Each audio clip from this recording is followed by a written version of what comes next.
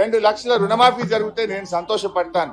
5 ఏళ్లు నాకు పదవిలో లేకపోయినా కూడా రాష్ట్ర ప్రజలకు మేలు జరిగితే నాకు అంతకంటే ఆనందం ఇంకోటి ఉండదు. ఇందువల్ల నేను రాజకీయాలకు అతీతంగా స్వచ్ఛందంగా ముందుకొచ్చాను. నేను స్పీకర్ ఫార్మెట్ లో కూడా నా లెటర్ ఇవ్వడానికి నేను సిద్ధంగా ఉన్నా. ఇవాళ నీ డిమాండ్లను ఇవాళ ఇక్కడ ఉండే జర్నలిస్టుల చేతిలోనే నా రాజీనామా పత్రాన్ని పెట్టి వెళ్తా ఉన్నా. స్పీకర్ ఫార్మెట్ లో రాజీనామా ఆమోదించుకొని పదవికి దూరంగా ఉండడానికి నేను సిద్ధం. కానీ నువ్వు మరి ప్రజలకు ఇచ్చిన మాట నిలబెట్టుకోవాలని కోరుతా ఉన్నా. 6 గ్యారంటీలు 100 రోజుల్లో అమలు చేస్తామని బాండ్ పేపర్ల మీద రాశారు. చట్టబద్ధత తెస్తామని చెప్పారు. మొదటి రోజే సంతకం పెడతామన్నారు. ఇది సోనియా గాంధీ తల్లిగా ఇచ్చే మాట అని చెప్పి రాష్ట్ర ప్రజలకు మీరు హామీ ఇచ్చారు. ఆ హామీలు అమలు చేయాలని మరొక్కసారి నేను కోరుతా ఉన్నా. మీరు రావడం రాకపోవడం మీ విజ్ఞత. ఒకవేళ మీరు రాకపోతే ఇక్కడ అమర స్తూపం దగ్గరికి వస్తే పూలు పెట్టాలని మీకేదైనా బేసిజాలుంటే కనీసం మీ స్టాఫ్ ద్వారానైనా మీ రిజిగ్నేషన్ లెటర్ పెట్టండి. నేను ఇక్కడ ఉండే జర్నలిస్టులకే నా రాజీనామా లేఖ విచ్చిపోతున్నా. మా జర్నలిస్టులే తెలంగాణ ఉద్యమకారులు. తెలంగాణ ఉద్యమంలో మా జర్నలిస్టులు మేధావులు అద్భుతంగా పోరాడారు. వాళ్ళ చేతిలోనే నా రాజీనామా లెటర్ పెడుతున్నా. నువ్వు అమలు చేస్తే వాళ్ళు నేరుగా నా లెటర్ ను స్పీకర్ గారికి ఇవ్వచ్చు. ఒకవేళ మీరు కూడా పెడితే అది మీ పెద్దరికాన్ని నిలబెట్టది. ఒకవేళ మీరు రాజీనామా లెటర్ ఇవ్వకపోతే అది మీరు మరొక్కసారి దేవుళ్ళ పేరు మీద ఈ రాష్ట్ర ప్రజల్ని మోసం చేస్తారని భావించాల్సి ఉంటుంది.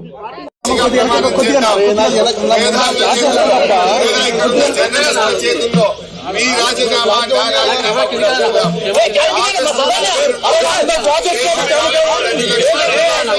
100 రోజుల్లో అమలు చేస్తామన్నాయి. బాండ్ పేపర్ల మీద రాసి ఇచ్చిన 6 గ్యారెంటీలు అమలు చేస్తే నా రాజీనామా పత్రాన్ని నేరుగా స్పీకర్ గారు ఇవ్వండి. నేను మళ్ళీ ఉప ఎన్నికల్లో పోటీ కూడా చేయను అని ఇప్పటికే స్పష్టంగా చెప్పాను. ఒకవేళ 6 గ్యారెంటీలు 2 లక్షల రుణమాఫీ చేయకపోతే మీ రాజీనామాను గవర్నర్ గారికి ఇవ్వడానికి మీరు సిద్ధంగా ఉన్నారా అని నేను అడుగుతా ఉన్నా. ఉద్యమ సమయంలో ఏదైతే నిరుద్యోగులని పొట్టన పెట్టుకున్న వ్యక్తి ఇవాళ ఇక్కడ రావడంతో ఈ యొక్క ప్రాంతం మైద చెందింది కాబట్టి సంబంధించి దాన్ని పసుపు నీళ్లతో శుద్ధి చేయడం జరిగింది. హరీష్ రావు గారికి గత 10 సంవత్సరాలుగా బీఆర్ఎస్ పార్టీ నాయకులకు ఏ రోజు కూడా అమర వీరులు గుర్తుకు రాలే. ఈ రోజు ఏదైతే సవాల్ విసురుతూ ఏదైతే రాజకీయ లబ్ధి కోసం ఏదైతే సంబంధించి అసెంబ్లీ అఫైర్స్ మినిస్టర్ గా పనిచేసిన సుదీర్ఘ రాజకీయ అనుభవం ఉన్న మీకు ఏ రకంగా రాజీనామా లేక ఒక ప్రొసీజర్ ప్రక్రియ ఏ రకంగా పంపన్నో కూడా అవగాహన లేకుండా ఉద్దేశపూర్వకంగా కేవలం ఏంటంటే ఒక పొలిటికల్ మోటివ్ తోటి ఒక రాజకీయ లబ్ధి పొందుదామని చెప్పి తీసుకొచ్చి రాజీనామా లేఖని ఇక్కడ పత్రికా విలేకరుల సమక్షంలో ఇవ్వడం జరిగింది. ఏదైతే ఆగస్టు 15వ తారీఖున తప్పనిసరిగా ఏదైతే మా ముఖ్యమంత్రి గారు సవాల్ విసిరారో, మా ముఖ్యమంత్రి గారు సవాల్ విసిరింది బీఆర్ఎస్ పార్టీ అధ్యక్షుడికి.